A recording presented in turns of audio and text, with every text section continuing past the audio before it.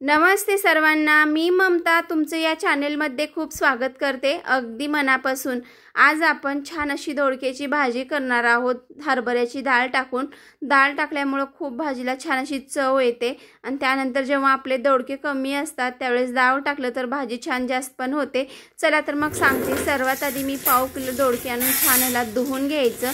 मस्त याला धुवून घेतल्यानंतर याला बाजूला काढून पाणी गेल्यानंतर यावरची साल काढून घ्यायची। हे बघा असं भाजी छान शिजते साल काढल्यामुळे आणि चवीला पण खूप छान लागते। त्यानंतर मागचा आणि पुढचा असं देठ काढून घ्यायचं। तुम्हाला हव्या त्या आकारमध्ये याला कट करून घेऊ शकता, लांब, गोल, चौकोनी। आम्ही असं नॉर्मलच कट करून घेतला आहे, जसे आपण भाज्या कट करतो ना त्या टाईपमध्येच घेतलेली आहे। तुम्ही बघू शकता एकदम छान असा फ्रेश दोडका भेटलेला, कवळा कवळा हिरवागार दिसत आहे, किती सुंदर दिसत आहे तुम्ही बघू शकता। त्यानंतर 2 तासासाठी मी हरभऱ्याची डाळ भिजू घातलेली। हे बघा एकदम जवळून दाखवते तुम्हाला, खूपच छान डाळ भिजलेली आहे। भाजी करण्याच्या 2 तास आधी याला भिजू घालायचं म्हणजे छान भिजते।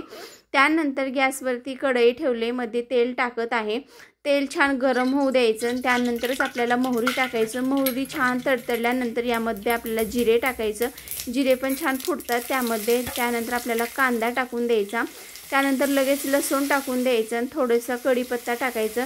आता या सर्वाला छान असं चम्मचच्या साहाय्याने आपल्याला फिरवून घ्यायचं आहे। याचा कलर चेंज होईपर्यंत आपण याला फिरवून घ्यायचा। कांदा छान तेलामध्ये भाजला पाहिजे, लसूण पण भाजलं पाहिजे। छान याचा कलर चेंज होतं, तुम्ही बघू शकता एकदम कलर चेंज झालेला आहे।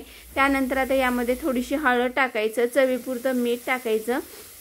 त्यानंतर फिरवून घेऊन थोडंसं त्यानंतर त्यामध्ये जी हरभऱ्याची डाळ भिजू घातली होती आपण, ती डाळ टाकून द्यायची आणि त्यानंतर लगेच आपल्याला कट केलेले दोडके टाकून द्यायचे। एकदम भारी असा दोडका दिसत आहे, हिरवगार तुम्ही बघू शकता। छान आता याला फिरवून घ्यायचं तेलामध्ये 2-3 मिनटं। याला तेलामध्येच आपल्याला वाफवून घ्यायचं आहे आधी। त्यानंतर यावरती झाकण ठेवून आपल्याला 2-3 मिनटं थांबायचं। त्यानंतर याला झाकण काढून आपण बघायचं, एकदम मऊ असा दोडका पडलेला असतो। त्यानंतर आपल्याला आता यामध्ये आपल्या आवडीनुसार लाल तिखट टाकून द्यायचं, थोडं काळं तिखट पण टाकायचं। काळं तिखटामुळे खूपच छान चव येते भाजीला। मस्त त्याला फिरवून घ्यायचं या भाजीला तेलामध्येच। त्यानंतर मी गरम करायला पाणी ठेवलेलं आहे साईडला, ते गरम पाणी यामध्ये टाकून द्यायचं आहे।